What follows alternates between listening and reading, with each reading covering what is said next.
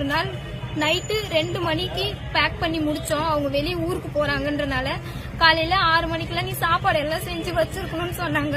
நான் 2 மணிக்கு தான், நீ படுத்து தூங்கணும்னு அவசியமே கிடையாது, யாராலுமே தூங்காம இருக்க முடியாது. 2 மணிக்கு நான் படுத்தேன்.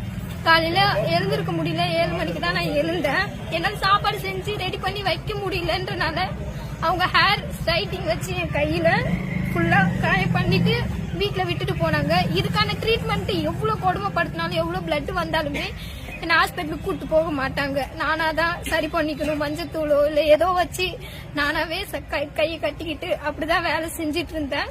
நீ இதெல்லாம் சொன்னா வெளியே சொன்னா உன்னை காப்பாத்துறதுக்கு யாரு இருக்கா? நீயே இல்லாத நாய்.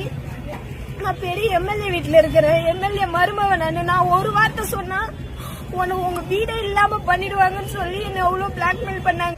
எம்எல்ஏ வீடுன்னு சொன்னா பொத்திக்கிட்டு போவானுன்னு சொல்லுவாங்க. அப்ப இல்லாதவங்க எல்லாருமே அவங்களுக்கு